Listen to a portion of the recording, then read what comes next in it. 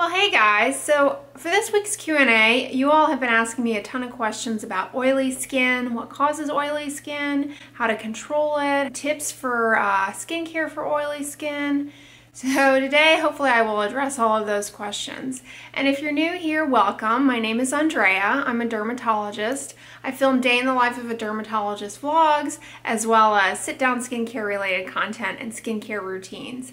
So if you like this sort of thing, I encourage you to subscribe and stick around for more content similar to this. Alright, so oiliness or oily skin is referred to as seborrhea, and that's not the same as seborrheic dermatitis. Seborrhea simply means increased production of sebum or oil from the oil-bearing surfaces of our skin, such as the forehead, around the nose, sometimes the upper chest as well. And individuals who have seborrhea or oiliness are plagued by feelings of embarrassment, of excessively shiny skin, greasiness, sometimes patches of redness and flakiness within those areas. And so it's a common question, how do I control that and mitigate the appearance of the shininess so that I can feel my most confident? For the most part, a tendency towards oiliness or shiny skin is dictated by our genetics and the size of our oil glands. Some individuals, by virtue of their genetics, simply have larger sebaceous glands or increased oil production, increased rate of oil production. Sometimes even the composition of the oil is slightly different. And so, you cannot change your genetics, unfortunately. Additionally, certain medications can increase oil production, like birth control pills, for example. In women, you may see increased oiliness or shininess coincident with the menstrual cycle. And certain medical conditions like diabetes, insulin resistance, and obesity, for example, can contribute to increased oil production. So I always emphasize that it's prudent to make sure you're up to date with your annual checkups with your primary care doctor to make sure that your overall health is okay and that there's not a medical reason for your oily or shiny skin, and that it's related perhaps instead to your just genetic tendency and genetic makeup. Additionally, individuals with acne have a tendency towards oily skin as well.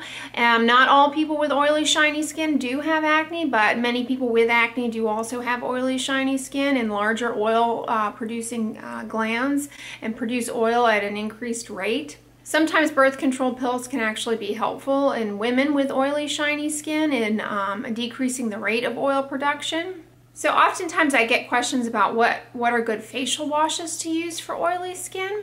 And probably an ingredient in facial washes that is most well studied for this condition, seborrhea, is something called salicylic acid, which you guys know I talk about all the time and use myself for acne control. And in a wash form, it nicely concentrates within the oil glands quite quickly and can be very effective in kind of unplugging pores and sort of helping retard the rate of oil production and shininess in the skin. And many people ask me, well, is salicylic acid in a face wash effective if it's just left on the skin and then washed off? And the answer is yes, that has been demonstrated. I think using salicylic acid in a face wash is often better tolerated and with better results on decreasing the oiliness and shininess that you're experiencing as compared to putting on like a salicylic acid leave-on product, for example, which when left on the skin can sometimes be so irritating that your skin compensatorily increases oil production. So I find that salicylic acid based cleansers are a much better option. Just a gentle lather with the fingertips, the finger pads in the AM, for example, like I do, and just let it sit on the skin for approximately 4 or 5 minutes and then rinse it off and follow it up with a moisturizer to retard transepidermal water loss, because as soon as the skin starts to become dry, oil production will also increase. So some salicylic acid based face washes that I love and use, you all have seen me use this one a fair amount. It's the Neutrogena oil-free acne wash. wash. This unfortunately is heavily fragranced. Many people find it very irritating, but it's a concentration of salicylic acid, which is quite effective. It's 2%. So I use that oftentimes in the morning. They make a pink one. They're no different. Also, the generic versions of this are equally efficacious. So I really like this one for both oiliness, shininess, and acne, and plugged up pores, because not only does it concentrate in the oil-bearing surfaces of the skin, but it also helps to unclog pores and break up kind of little acne, pre-acne-like lesions. So I really like this, and I also like it because in darker skin types, whenever an acid is applied to the face, there's always the risk of something called post-inflammatory hyperpigmentation.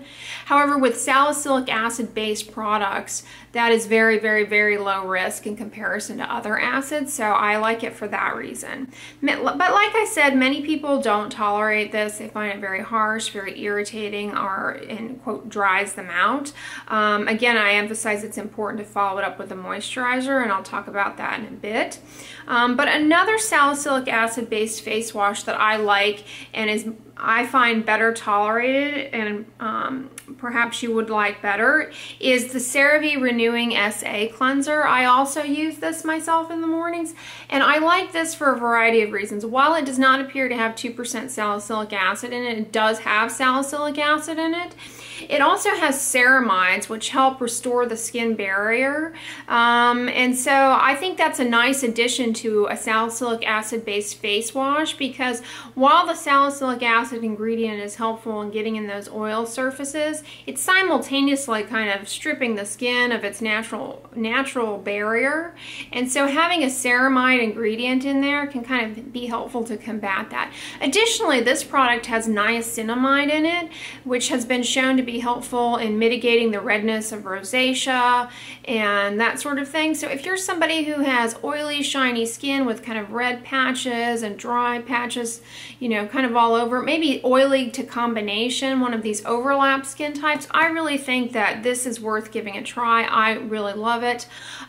These CeraVe products, however, are also available on iHerb, I noticed, which ships internationally to you folks overseas who oftentimes the products that I recommend are not available to you. Check on iHerb for CeraVe, because you all have said that you can get it there, which is fantastic. All right, so, you know, then the other question that I get, which I touched on a little bit, which you heard me speak a little bit about in the salicylic acid, is, well, moisturizers just seem to make me oilier or shinier, and I just can't use a moisturizer. Do I need one? And the answer is yes, because when you wash the skin, or wash the surface of when you wash the surface of the skin, you remove some of the natural barrier, and that's essentially what skin is for. It's for functioning as a barrier.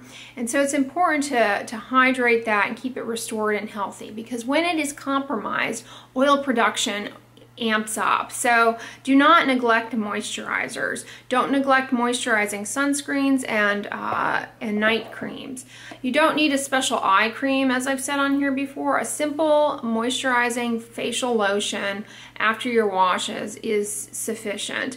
And again, I really like the CeraVe line, and I think it's great for oily skin as well. The CeraVe PM Facial Moisturizing Lotion, I'll be sure and list these down in the description box below, is fantastic because it will not worsen oil production. It is formulated in such a manner, although I can never predict this 100% for everybody, but it's formulated in such a manner so as to not worsen your acne if you do have acne, and it won't clog pores. I find this very well tolerated. However, some, you know, like I said, I can't predict 100%. Like the face wash I mentioned, it also has niacinamide in it, which can help with the redness, and it also has ceramides in it, so that's fantastic. And then on the sunscreen front, because you need to be protecting your skin in the morning from ultraviolet light, as I've talked about in all of my sunscreen videos, I really like the AM one because it's got all those ingredients plus a good sunscreen that is a combination sunscreen. And so I find that the combination sunscreens are very well tolerated. They tend to not be as irritating. They tend to blend into the skin of darker skin types more easily and be cosmetically more appealing than straight titanium dioxide containing sunscreens that leave quite a heavy white film. So I recommend giving this one a try. I really like it, and I talked about it in my CeraVe review. So I really am a fan of this one, and I think for folks with oily skin, you would have no problem with this. Let me know what your experience has been. Okay.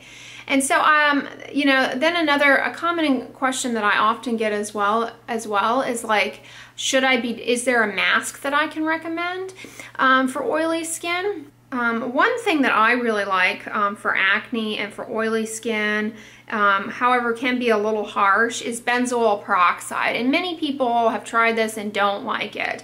But I find when I use it as a sort of leave-on mask, it's quite effective for mitigating shiny, oily skin here in the Houston humidity.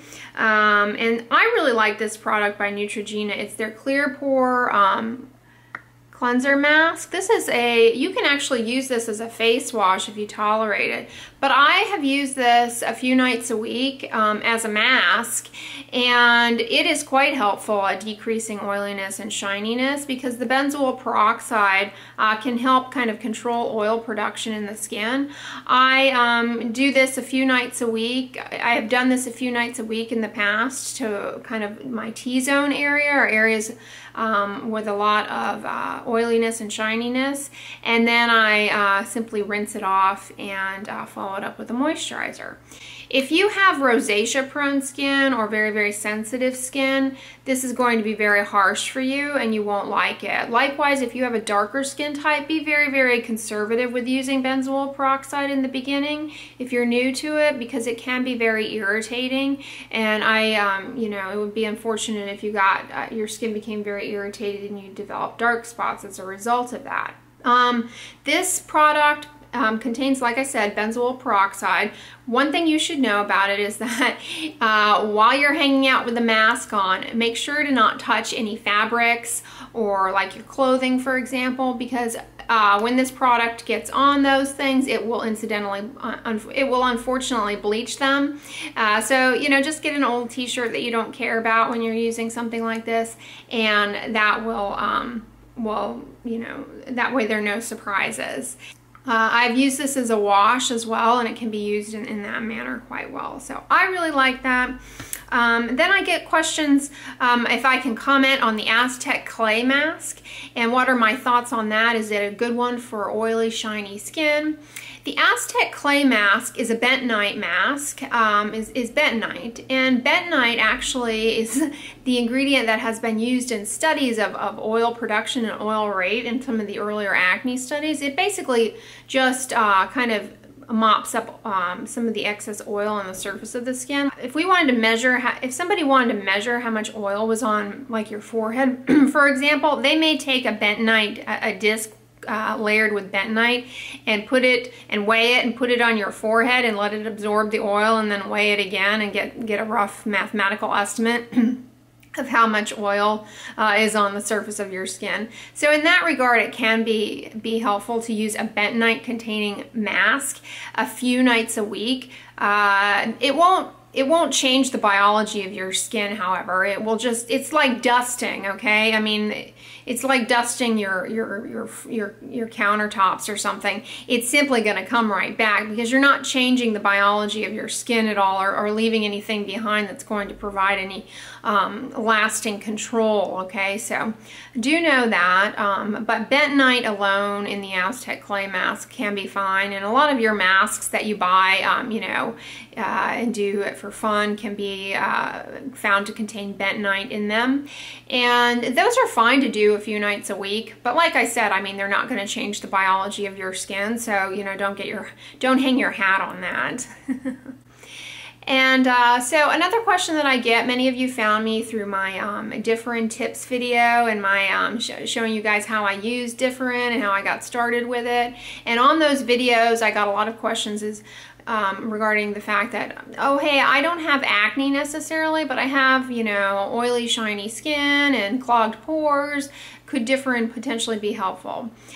You know, make sure you check in with your dermatologist or primary care provider to make sure differin is right for you, but it certainly can be helpful in oily, shiny skin because it does help to shrink the oil glands and retard the oil rate production and some of the inflammatory mediators in the skin that can drive oil production, so it can be very helpful. On the flip side of that, I get a lot of people commenting that they started different and they find it makes them appear greasy, or now they're oilier after starting it, and is that normal? It's not necessarily normal for the differin per se to do that. What can commonly occur in the beginning of using differin, or any retinoid for that matter, is that the differin is also lightly exfoliating the skin, which can be drying. And like I said, anything that strips and starts to dry the skin at a quick rate, your oil glands compensatorily increase oil production. So be aware of that with the differin, that, you know, I suppose that can happen. But as far as a control mechanism, it actually does offer the potential to alter the biology of your skin locally. So it can be helpful. It's not right for everyone, so know that and ask your medical professional their thoughts on if it might be right for you and your skin type. So another question regarding skincare and oily skin is what are my thoughts on toners, and can I recommend a good toner? So I detest most US toners, I guess I will say, are Western toners. I'm not talking about toners in the Asian skincare, which I'm learning are incredible, are entirely different. I'm talking about the alcohol-based toners, like in the classic old school Clinique 3-step system, which I guess still exists, that are alcohol-based. I'm not really a fan of these products because they're essentially just like rubbing alcohol, and alcohol is a fine ingredient in a skincare product. I will make that disclaimer. Alcohols in skincare are not something to avoid necessarily. They're often added to stabilize active ingredients, so don't be terrified away from alcohol as an ingredient. But when the product is predominantly alcohol, like in a toner, for example, or some sort of, you know, wash or what have you, it can be incredibly drying and irritating to the skin and really damaging. And as a result, oil production simply increases. So I find that those are great for cosmetic companies because they almost get you a little addicted. They're oftentimes in these 3-part systems wherein you know, desiccate your skin, and then you come in with some heavy moisturizer. Now you're greasy as can be, and you know, things looked okay transiently afterwards, but you're kind of addicted to it now because you think it's doing something, and it's actually just making it worse. So I'm not a huge fan of alcohol-based toners, and I really just say skip those altogether. I don't know why we've always been told we need to use a toner. There's no evidence for it, and for the most part it does more harm in pretty much everyone than good. So no alcohol-based toners. I will say this, however, that witch hazel is an astringent, which it can be very helpful for kind of oily, shiny skin. It's very well tolerated. It's actually kind of soothing to put on the skin. It has been shown to be helpful in some of the weeping, oozing lesions of acne. So it makes sense that might provide you with some relief. And many people really enjoy using Thayer's witch hazel as a mild astringent. But again, follow it up with a gentle moisturizer, like the one that I recommended, or one that you find that works well for you. And then another popular question that I get a fair amount about is with regards to oily skin and diet, and is there any diet that should be followed for people with oily skin? So there are a few dietary associations with acne and with oil production in the skin, namely consumption of cow's milk, dairy milk, particularly fat-free dairy products, has been associated with increased recalcitrance of acne to treatment. For the most part, everything's been looked at in acne and people with acne in combination with oily skin, so do know that. But the theory at the time is that